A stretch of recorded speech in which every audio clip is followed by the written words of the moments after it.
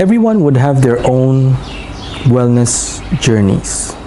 Whatever it is, you talk about wanting to have weight loss, you talk about wanting to try to reverse a certain type of a condition, you try to talk about trying to prevent cancer, reverse cancer. Everyone would have their own journeys.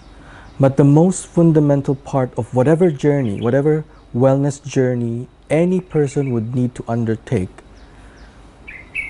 would have to go through the most crucial aspect, which is simply to detoxify first. We'd have to put the body into a certain condition or a certain state wherein the body would be deprived of all the things that would hinder its healing process. So what are we talking about? We need to make sure that the natural detoxification processes of the body are well taken care of, meaning to say they're functioning properly, whether they're sweating regularly, whether they're breathing properly, whether they're urinating, devoiding their body of waste materials properly. All these things are the body's natural ways of making sure that we are not killed by all these toxins that we introduce into our bodies on a daily basis, particularly now.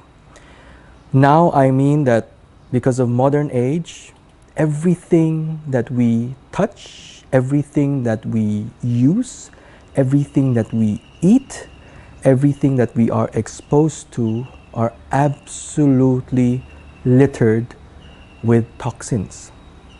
So these are the things that we need to make sure are contained or properly controlled before the body would be able to realize how to get back to its regenerative properties. It's very difficult to get into what you're trying to achieve with your wellness journey if you don't put detoxification as a priority. So whatever it is you're trying to achieve health-wise, make sure you do a proper detoxification.